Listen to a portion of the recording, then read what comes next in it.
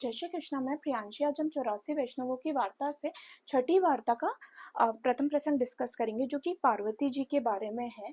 तो जो कि हमारे पद्मनाभ दास जी, हम जिनकी हमने पहले वार्ता की हुई है, वे अष्ट सखियों में से श्री चंपकलता सखी के स्वरूप हैं।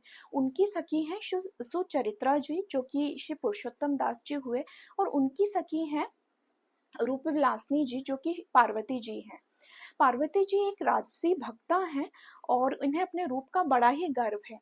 इस प्रसंग में हम देखते हैं कि पार्वती जी श्री ठाकुर जी की सेवा बड़े ही अच्छे से करती हैं। वे ठाकुर जी की रसोई बनाती हैं, उन्हें श्रृंगार सेवा, सारा जो ठाकुर जी का सेवा कार्य है वे बहुत ही भगवत भाव से करती हैं।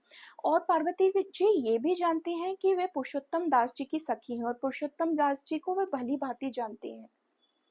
पुरुषोत्तम दास जी जब भी कन्नौज जाते इनके घर में रहते थे। एक बार पुरुषोत्तम दास जी श्री गुसाई जी के दर्शन आड़ेल को जा रहे थे, तब श्री पार्वती जी को, क्योंकि उन्हें अपने रूप का अहंकार हुआ था, उनके हाथ पैर सफेद हो गए थे। उन्होंने पुरुषोत्तम दास जी के साथ एक पत्र और एक मोहर श्री गुसाई जी के लिए भेजी और विनती करी पुरुषोत्तम दास जी से कि वे उनकी विनती करें श्री गुसाई जी से कि उनकी चर्म रोग दूर हो जाए। और उन्हें अपने ठाकुर जी की सेवा करने में बड़ा ही ग्लानि आती है। उन्होंने ये दैन्य भाव दिखाया। तब पुरुषोत्तम दास जी श्री गुसाई जी के दर्शन को गए और गुसाई जी को ये पत्र दिया। पत्र वांचकर गुसाई जी ने कहा, 3-4 दिन में आपको बताता हूँ। तब गुसाई जी ये देखना चाहते थे कि इसने कोई और तो अपराध नहीं किया, क्योंकि उन्हें अपने रूप का अहंकार था। ये एक तरीके का अपराध है। फिर जब गुसाई जी ने देखा कि इन्होंने, पार्वती जी ने कोई और अपराध नहीं किया है, इस पर गुसाई जी ने पुरुषोत्तम दास जी से कहलवाया कि ये श्री पार्वती जी जैसे ठाकुर जी की सेवा करती हैं वैसे ही करते रहें।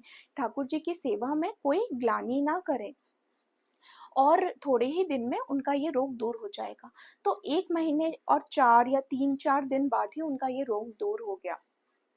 तब वे गुसाई जी वे बड़ी ही प्रसन्न हुई और वैसे ही प्रसन्नता से श्री ठाकुर जी का की सेवा करती रही। उन्होंने फिर से एक पत्र गुसाई जी को भिजवाया। उसमें कहा कि अब मेरा जो रोग था वो दूर हो गया है और मैं ठाकुर जी की सेवा भी वैसे ही करती हूँ।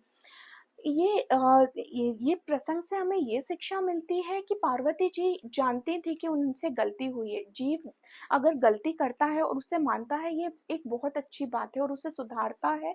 ये एक भक्त का चरित्र है, एक बहुत ही विशेष गुण है जो कि भक्तों में होता है। और ये भी बात है कि पार्वती जी गुसाई जी पे पूर्ण निष्ठा और भरोसा रखती थी। उन्होंने को जैसे ही गुसाई जी ने कहा कि तुम भली भांति से ठाकुर जी की सेवा करो, उन्होंने बिना कुछ विचारे, बिना अपने मन में ग्लानि लाए, बड़ी प्रसन्नता से श्री ठाकुर जी की वैसे ही सेवा करती रही। जय श्री कृष्ण। श्री वल्लभाधीश की जय।